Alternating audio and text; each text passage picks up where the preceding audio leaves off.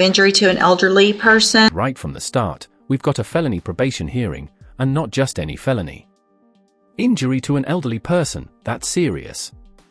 Remember, probation isn't freedom, it's conditional mercy. And when the court says a motion to adjudicate, that means they're deciding whether she blew her last chance. That's started at May 23rd of 2022. There was a motion to adjudicate probation filed. She entered pleas of true to counts 4 and 5. Does the state have testimony with regard to counts 1, 2, and 3? Yes, if the court would like. Yep, I think I would. Yeah, Ms. Cole, Ms. Shakita Cole. Yes, ma'am. Good morning, Ms. Cole. Would you please raise your right hand? Do you swear or affirm the testimony you're going to give in this hearing will be the truth, the whole truth, and nothing but the truth, so help you God? Thank you. Ms. Cole, would you please state your full name for the record? Shakita Cole. How are you employed? I'm employed at Jackson County Adult Probation. And as an adult probation officer, is it your responsibility to supervise an individual on this court's probation by the name of Devon Atkins? Yes. Do you see Ms. Atkins in the courtroom here today? Yes. Can you point to her identifier? Right here in the blue jumpsuit. Your may the record reflect Ms. Cole has identified your probationer Devon Atkins. Record will so reflect. And Ms. Cole, as Notice how the probation officer's tone stays calm but firm. That's the voice of someone who's seen this story too many times, people given a roadmap to redemption who still end up off track.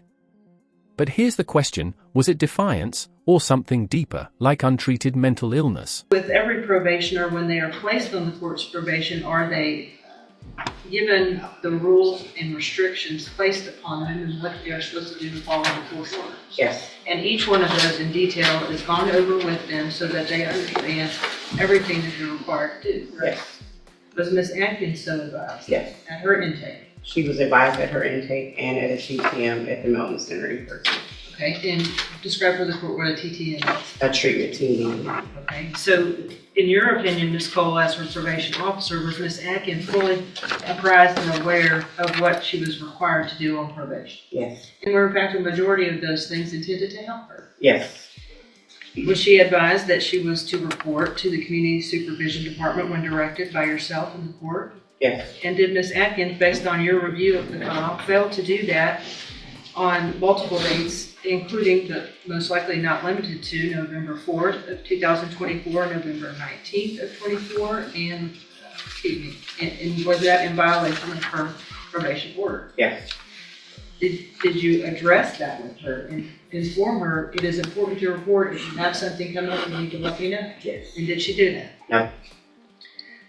Was Ms. Atkins, as a condition of said probation, ordered to perform community supervision hours? Yes.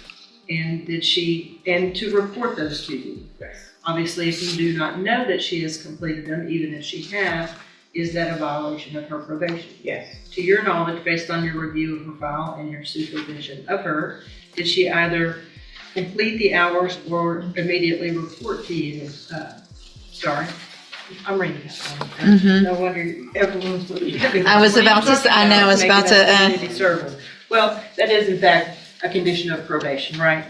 Is it also a condition? Now this part's crucial. She failed to report multiple times, didn't do her community service, and didn't update her address. Each one of those is a separate violation. On paper, those are technical violations. But stack them up? The court starts to see a pattern that can end in handcuffs. Of probation that she is to report to you as her address and so that you know where she is all the time. Yes. And if she does not do that, is it impossible for you to locate her? That is correct. Did she in fact immediately report to you her current address? No, she did not. Anything else? I know you and I have had a lengthy discussion about her that you feel would be appropriate for the court to know in conjunction with your testimony and your updated PSI. The main thing is her mental health. She refuses to address that. We've made appointments for her with Spinaltop and she didn't attend the appointments. She's 100% when she was out unmedicated. So that kind of interfered with her completing her services. And she maintained contact with the victim in the case. So that part, her grandmother was trying to be there for her because of the mental health difficulties. And that's the main thing that we were trying to get her to address. Okay. Can I address anything? In a minute. Mr. Lewis, do you have any questions? Hold on, ma'am. You're going to get an opportunity, okay? Mr. Lewis, do you have any questions of Miss Cole? Just briefly. This right here, the mental health reveal, is a turning point. The probation officer isn't just frustrated, she's pleading. You can hear the compassion fighting with the system's limits.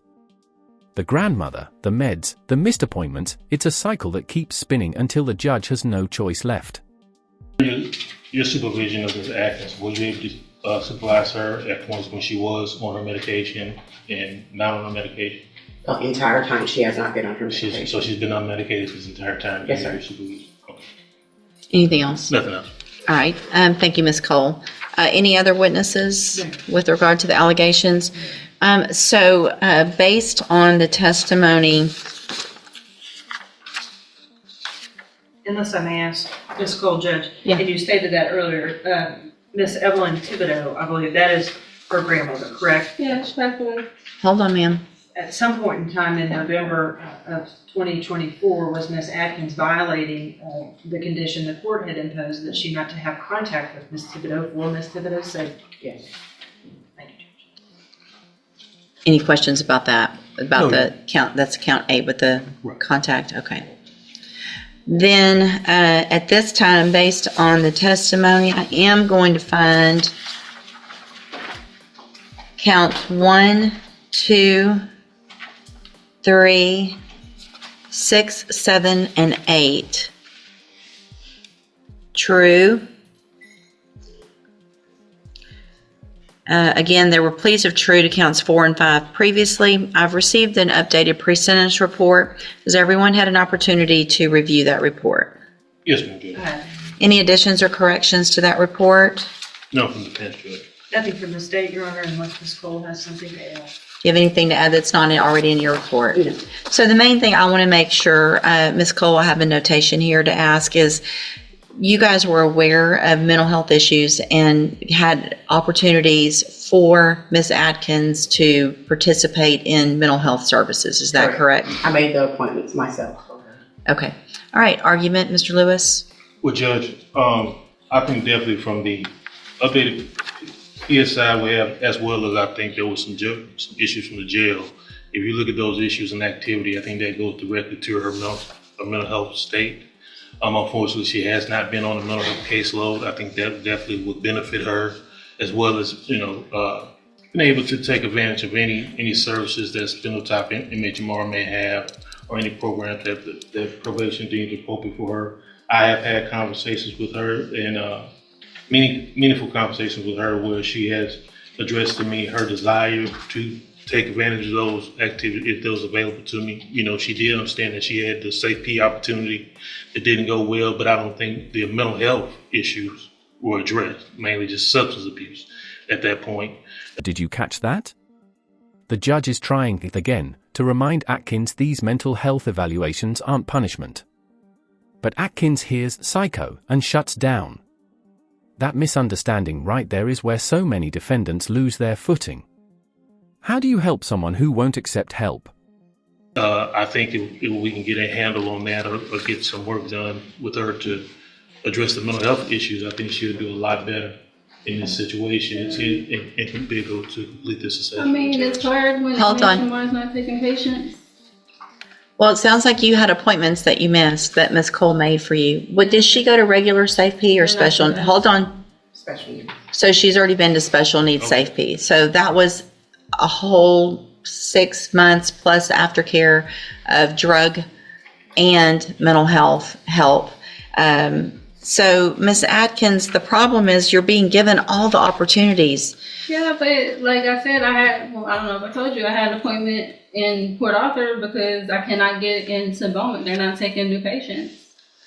So you had an appointment that Ms. Cole set for you, at least one, how many? Yeah, but it's not for medicine. It's for psycho. I'm not a psycho. I don't have those problems. I mean, some people do that. I don't know. Well, you obviously we don't know what you need because you won't even go do the evaluation. That it sounds like you haven't been on medication that would be Evaluation what? Evaluation where? at Spindletop. That's what I'm telling you. That's not, I don't have that. I'm not a psychopath. That is for, It's psychopath. Nobody's saying you're a psychopath, but you that's what have. it's called, past program. I'm not a psychopath. That's what I'm That's not what it's called, and that's not the reason it's called that. Okay, if you had gone to your appointment and talked to them, then you would know what that was for, and you would know that it was meant to help you so that you could get on medication, stabilize, and not have the issues that you've been having. I'm going to find that you previously entered your. I'm sorry, Miss Malfino. Did you have anything to add? No, Judge, I think that from my conversation with Miss Cole, she's been gracious enough to offer to continue to work with her because I think she clearly sees the mental health issues. But as you can see, what Miss Cole has been having to deal with is how the court has had to deal with Miss Atkins today, and it's been kind of just this runaround circle. Well, and in addition, I am going to find judicial notice of the court's file. Ms. Atkins was evaluated for competency to stand trial not that long ago. I think it was in January of this year. And I have that report. And the finding is that Ms. Atkins is competent, understands the nature of the proceedings, and is then just really making a choice not to follow through with what programs have been given to you, Ms. Atkins, to try to help you. So at this time, any recommendation as far as, I have one more thing to say. okay? She is not giving me the information needed to follow up with those type of things. Okay, well, I don't She believe doesn't have you. them. I don't believe you. You don't Miss believe- Cole would never say, go do something and not tell you where to go or help you get there. No, she says she does not have a list of the community service. I'm not worried about your community service. I'm worried about your mental health and the fact that you're not doing what you need to, and you're still contacting the victim, and it's a serious case. And so I got to protect society, unfortunately, because you're not choosing to do the things I that. was gonna die, so I really didn't have much of a choice. Okay. It's my life in jeopardy. I'm going to find that you entered your pleas of true to counts 4 and 5 freely and voluntarily. Again, I'm finding counts 1, 2, 3, 6, 7, and 8 true. Find sufficient evidence to find you guilty, and at this time, find you guilty. Drug test. Don't talk I would over. like to look up. I'm about to sentence you to prison, and how you keep talking over me is about to start adding years onto that. Stop talking. It's just going to get worse. Do you understand? Okay. I'm going to find sufficient evidence to find you guilty, and at this time, I'm finding you